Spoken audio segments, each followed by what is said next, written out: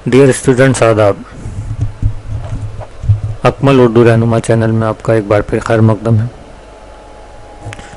आज हम आपके क्लास 10 की जो आपकी किताब है जान पहचान, उसका अगला सबक नंबर 4 पढ़ेंगे, जिसका उन्वान है, जिसका शीर्षक है कौल का पास। इससे पहले कि हम सबक पढ़ें, आपकी किताब में जो सबक के मुसन्निफ़ हैं मुंशी प्रेमचंद, उनका इंट्रोडक्शन, उनका तारुफ दिया गया है। तो सबक को पढ़ने से पहले हम पढ़ते हैं मुंशी प्रेमचंद का तारुफ। तो आइए शुरू करते हैं आज का हमारा सबक, और सबक से पहले मुंशी प्रेमचंद का तारुफ। मुंशी प्रेमचंद 1880 में पैदा हुए, 1936 में आपका इंतकाल हुआ। प्रेमचंद की पैदाइश बनारस के एक गांव लुम्ही में हुई। प्रेमचंद जो है वो यूपी के अंदर एक गांव है, एक शहर है बनारस। तो बनारस ज़िले में एक गांव है लुम्ही, वहाँ आपकी पैदाइश हुई। उनका असल नाम धनपत राय था। उनकी इब्तदाई तालीम यानी शुरुआती जो तालीम है, प्रारंभिक शिक्षा, गांव के मदरसे में हुई। मैट्रिक पास करने के बाद 1899 में बनारस के करीब चुनारगढ़ के एक मिशन स्कूल में असिस्टेंट मास्टर की हैसियत से मुलाजिम हो गए। मैट्रिक यानी 10वीं क्लास को मैट्रिक कहते हैं। तो मैट्रिक पास करने के बाद 1899 में आप बनारस के ही करीब चुनारगढ़ नाम की एक जगह है, वहाँ एक मिशन स्कूल था। ईसाइयों के जो स्कूल होते हैं वो मिशनरी स्कूल, उसमें असिस्टेंट मास्टर की हैसियत से आप मुलाजिम हो गए। 1905 में कानपुर के ज़िला स्कूल में उस्ताद की हैसियत से उनका तकर्रुर हुआ। उसके बाद कानपुर के अंदर जो डिस्ट्रिक्ट का स्कूल था, वहाँ आप एज ए टीचर लग गए। प्रेमचंद को लिखने का शौक़ बचपन से था। उन्होंने ज़िंदगी के दुख दर्द को करीब से देखा और महसूस किया था। यही वजह है कि ज़िंदगी के मसाइल, मसले की जमा, मसला एक होता है समस्या, और मसाइल यानी बहुत सारी समस्याएं, उनकी तहरीरों का मौजू बन गए। तो उनकी जो तहरीरें हैं, वो जो उनकी लिखावट है, उसका मौजू, उसका विषय क्या बन गए? ज़िंदगी के मसाइल, ज़िंदगी की जीवन की समस्याएं। उनकी ज़बान बहुत सादा और सलीस थी। उनकी जो ज़बान है बहुत आसान ज़बान है, एक वो ज़बान जो हम रोज़मर्रा की ज़िंदगी में बोलते हैं। तो उसमें एक सलासत है, एक रवानी है। उनके बेशतर नावल, उनके ज़्यादातर जो नावल हैं और अफसाने देहाती ज़िंदगी से ताल्लुक़ रखते हैं। देहाती लफ्ज़ बना है देहात से। देहात का मतलब होता है गाँव। तो गाँव की जो ज़िंदगी है, ग्रामीण ज़िंदगी है, उससे उनके जो अफसाने हैं वो ज़्यादातर ताल्लुक़ उससे रखते हैं। प्रेमचंद ने तकरीबन 1 दर्जन नावल और 300 से ज़्यादा अफसाने लिखे। 1 दर्जन यानी तकरीबन 12 नावल लिखे और 300 से ज़्यादा उन्होंने अफसाने लिखे हैं। उनका शुमार उर्दू के अहम तरीन नावल और अफसाना निगारों में होता है। निर्मला, बेवा, मैदान अमल, बाज़ार हुस्न और गोदान उनके मशहूर नावल हैं। तो वो नावल हैं जो बहुत मशहूर हुए। निर्मला हुआ, बेवा हुआ, मैदान अमल हुआ, बाज़ार हुस्न हुआ और गोदान वगैरह, ये उनकी मशहूर नावल। तो ये था तारुफ मुंशी प्रेमचंद का।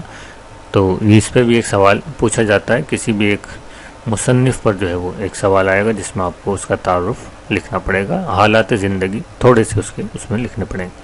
तो चलिए अब चलते हैं हम अपने सबक की तरफ। सबक का नाम है, ये एक अफसाना है, तो इस अफसाने का नाम है कौल का पास। जो बात आपने कह दी, जो कौल या वचन आपने दे दिया, उसका पास रखना यानी उसको निभाना, वादे को निभाना। तो किस तरह से एक शख्स जो है वो अपने वादे को जान जोखिम में डालकर, अपनी जान को ख़तरे में डालकर भी निभाता है, उसका जिक्र इस अफसाने में किया गया है। आइए देखते हैं क्या अफसाना क्या है। अकबर बादशाह मुग़लों का बहुत मशहूर बादशाह गुज़रा है। अकबर बादशाह का नाम सब जानते हैं कि ये एक मुग़ल था। तो मुग़लों का एक बहुत मशहूर बादशाह गुजरा है जिसका नाम अकबर था। उसने लड़ाइयाँ लड़कर हिंदुस्तान का बहुत सा हिस्सा फतेह कर लिया था। फतेह करना यानी जीत लेना। एक राजपूताना रह गया था। अकबर ने चाहा कि उसे भी फतेह कर ले और वहाँ भी सल्तनत करे। तो राजपूताना यानी हमारे राजस्थान का जो ये राजपूताना वाला एरिया है ये रह गया था, इसको जीत नहीं पाया था अकबर। तो उसने सोचा कि इसको भी मैं जीत लूँ और इसको भी फतेह कर लूँ तो यहाँ भी मेरा राज चले। ये इरादा करके राजपूताना पर फौज कशी की यानी फ़ौज लेकर वहाँ हमला किया। राजपूत अपना मुल्क बचाने के लिए लड़े तो बड़ी बहादुरी से, मगर आखिरकार उनके पाँव उखड़ गए। पाँव उखड़ जाना यानी पीछे हट जाना, घबरा जाना। जब उन किसी फौज को लगता है कि वो हार रहे हैं तो वो क्या हो जाते हैं, वो मैदान छोड़कर जाने लगते हैं। तो उसको हम कहते हैं पाँव उखड़ जाना। राजपूतों का सरदार राणा प्रताप सिंह अपने बाल बच्चों को लेकर किसी जंगल में जा छुपा। जब पाँव उखड़ गए तो वो लोग पीछे हटे और भाग गए वहाँ से और लड़ाई ख़त्म हो गई। और उनका जो सरदार था राणा प्रताप सिंह, वो अपने बाल बच्चों को लेकर एक जंगल में जा छुपा जान बचाने के लिए। राजपूतों के एक सरदार का नाम रघुपत था। ये बड़ा बहादुर और जरी था। जरी का मतलब बहुत लड़ाकू, बहादुर और हिम्मत वाला। उसने कुछ लोग अपनी फ़ौज में दाखिल कर लिए थे और उनको साथ लेकर लड़ा करता था, यानी छापामार युद्ध किया करता था। उसने बहादुरी में ऐसा नाम पैदा कर लिया था कि बड़े बड़े मुग़ल उसका नाम सुनकर घबरा जाते थे।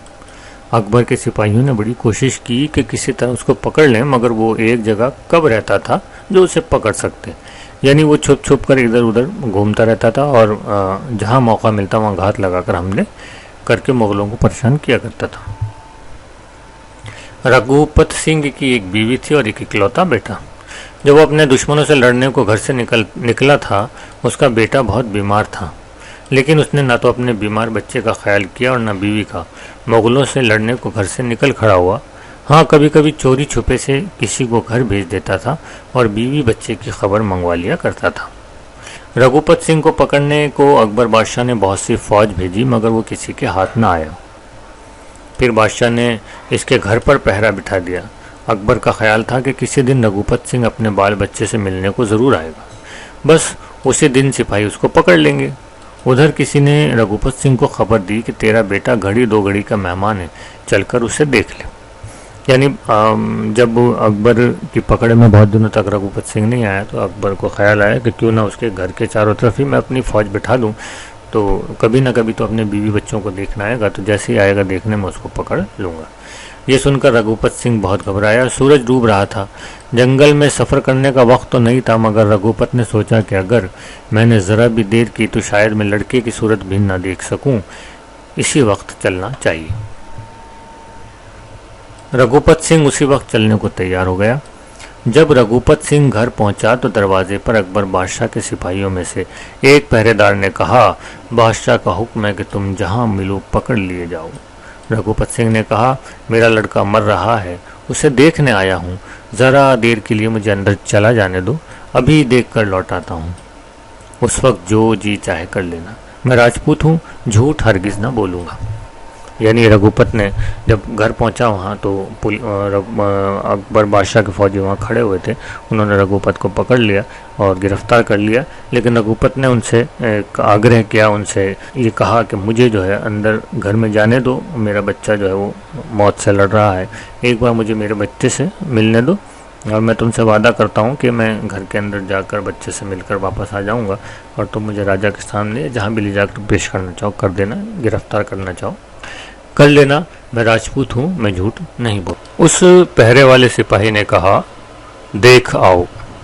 जब रघुपत सिंह घर में गया तो देखा कि लड़का बेचैन हो रहा है और बीवी फिक्र के मारे बेहाल हो रही है।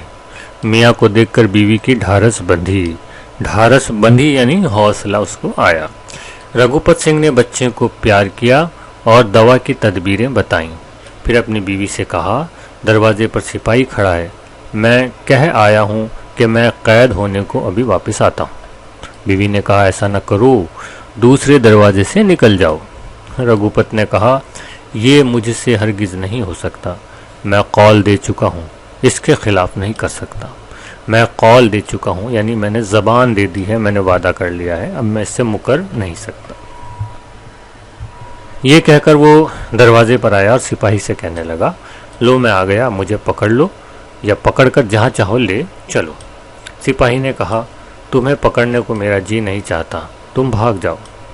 रघुपत ने कहा, बहुत बेहतर, तुमने इस वक्त मेरी मदद की है, जब तुम पर बुरा वक्त आएगा तो मैं भी तुम्हारी मदद करूंगा। ये कहकर रघुपत आगे बढ़ा और गायब हो गया। इस बात को थोड़ी देर हुई थी कि मुगलों का एक अफसर कुछ आदमियों को साथ लेकर आ पहुंचा। पहरे वाले से कहा, हमने सुना है रघुपत इधर आया है। पहरे वाले ने सच सच कह दिया कि रघुपत सिंह अपने बीमार बेटे को देखना आया था और मैंने उसे जाने की इजाज़त दे दी। ये सुनकर अफसर ने पहरेदार को कैद कर लिया। रघुपत सिंह को भी सिपाही के कैद होने की खबर मिल गई। वो उसी वक्त वापस आया और आकर मुग़ल अफसर के पास खड़ा हो गया और कहा, मैं रघुपत हूँ, मैं वापस आ गया हूँ, मुझे पकड़ लो और इस बेगुनाह कैदी को छोड़ दो। अफसर ने रघुपत को पकड़ लिया और कैद खाने में डाल दिया, लेकिन सिपाही को न छोड़ा। अफसर ने दोनों के कत्ल करने का हुक्म दिया। दूसरे दिन सिपाही रघुपत और पहरेदार को मैदान में लाए कि इनको कत्ल किया जाए। दोनों के हाथ पैर बंधे हुए थे। मुग़ल अफसर ने जल्लाद से कहा कि दोनों की गर्दनें उड़ा दो। जल्लाद ने तलवार उठाई ही थी कि घोड़ों की टापों की आवाज़ आई। लोगों ने देखा तो अकबर बादशाह अपने अफसरों के साथ चला आ रहा है। सब ने झुककर सलाम किया। अकबर घोड़े पर से उतर पड़ा और कहने लगा, रघुपत की गिरफ्तारी का पूरा हाल मुझको मालूम हो चुका है। फिर पहरेदार से कहा, हर भले आदमी का दिल दूसरों का दुख देखकर पिघल जाता है। मुझे मालूम है कि इस राजपूत की तकलीफ देखकर तुम्हारा दिल भर आया था, इसलिए तुमने इसको छोड़ दिया था। इसमें तुम्हारा कोई कसूर नहीं है, अगर कुछ है भी तो मैंने माफ़ किया। मुझे ऐसे ही सिपाही चाहिए जो अपने बादशाह से ज़्यादा खुदा से डरता है। ये सुनते ही पहरेदार खुशी से फूला न समाया। फिर अकबर ने रघुपत की तरफ देखकर कहा, मुझे पहले ये मालूम न था कि बहादुर राजपूत बात के इतने धनी होते हैं। तुम्हारी बहादुरी और इफ़ाए वादा से, यानी वादे को निभाने की वजह से मैं बहुत खुश हुआ। मैंने तुमको भी छोड़ा। रघुपत सिंह घुटनों के बल ज़मीन पर झुक गया और कहा, आप जिस रघुपत को इतनी मुश्किल से भी जीत ना सके, आज अपनी दरिया दिली दिखाकर आपने उसे जीत लिया। आप बहादुरों की वक़्त करना जानते हैं, यानी इज्जत करना जानते हैं। अब मैं कभी आपका दुश्मन होकर तलवार न उठाऊंगा। अब ये इसका मोरल है कि इस कहानी से हमें क्या सीख मिलती है, क्या इससे हमें सबक मिलता है कि जो आदमी अपने वादे के पक्के होते हैं और सच्चाई पर जमे रहते हैं और दूसरों के दुख में मदद करते हैं, खुदा हमेशा उनकी मदद करता है। मुंशी प्रेमचंद। तो ये एक अफसाना था जिसने हमें सीख दी कि हमें कौल का पास रखना चाहिए, हमें अपने वादों को निभाना चाहिए। अल्लाह के रसूल का भी फरमान है, एक हदीस आती है कि वो शख्स हम में से नहीं कि जो वादा करे और उस वादे को पूरा ना करे। और अल्लाह के रसूल से एक वाक़या भी मंसूब किया जाता है कि रास्ते में एक शख्स मिला, उसने अल्लाह के रसूल को कहा कि अल्लाह के रसूल, मुझे आपसे एक काम है, आप यहीं रुकें, मैं बस अभी घर जाकर वापस आता हूँ। वो घर चला गया और घर के मामलात में ये भूल गया कि मैं हज़रत मोहम्मद सल्लल्लाहु अलैहि वसल्लम को रास्ते पर रोक कर आया हूँ। और 3 दिन बाद जब वो लौटा तो उसने देखा कि अल्लाह के रसूल उसका वहीं इंतज़ार कर रहे थे। उसको बहुत शर्मिंदगी का एहसास हुआ। तो ये वादे की बात है कि आपने जब वादा कर लिया तो फिर आपको उसको निभाना चाहिए। तो ये था हमारा आज का सबक, कौल का पास। अगले वीडियो में हम इसके सवाल जवाब पर और इसके मुश्किल अल्फाज पर चर्चा करेंगे। आज के लिए बस इतना ही।